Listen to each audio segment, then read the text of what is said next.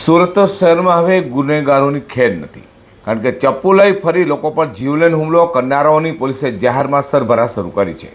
સુરતના સલાબતપુરા પોલીસ પથકની હદમાં રહેલ રાહત કોલોની ખાતે યુવાન અને તેની નાની પર ચપ્પુ વડે હુમલો કરનારા આરોપીઓને પકડી પાડી સુરત એસઓજીના ડીસીપીએ સારા જાહેર ગુનેગારોની સરભરા કરી ગુનેગારોને સ્પષ્ટ કહી દીધું છે કે જો ચપ્પુ લઈ ફરશો તો આવી જ હાલત માટે તૈયાર રહેજો. સુરતના સલાબતપુરા પોલીસ મથકની હદમાં રેલ રાહત કોલોની ખાતે રહેતી લતાબેન ગવણેની પુત્રીના પુત્ર રાજ ઉર્ફે ગુડુ પારધે સાથે થયેલા ઝઘડામાં અયાઝ ઉર્ફે બુરુ મલેક, રાજીક ઉર્ફે કાલિયા શેખ, શાહરૂખ ઉર્ફે અમુ સત્તાર શાહ, વસીમ ઉર્ફે ટેન્ટી, સજ્જુ અને ક્રિષ્ના સહિતનાએ જીવલેણ હુમલો કર્યો હતો.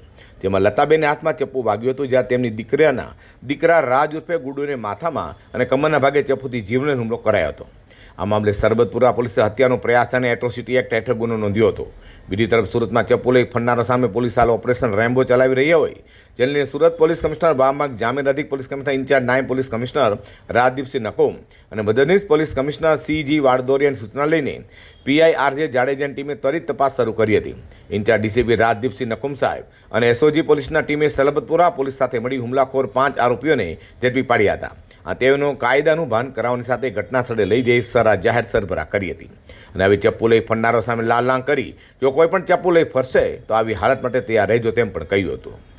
જાહેર આરોપીની સરભરા કરાતા આરોપીઓ બે હાથ જોડી રડતા નજરે પડ્યા હતા. ત્યારે સુરતમાં ગુનેગારો માટે કોઈ જગ્યા ન હોય અને ગુનેગારો ચપ્પુ લઈ ફરતા દેખાશે તો તેઓની સામે કડકમાં કડક કાર્યવાહી કરાશે તેમ ડીસીપી રાજદીપસિંહ નકુમ સાહેબે જણાવ્યું હતું.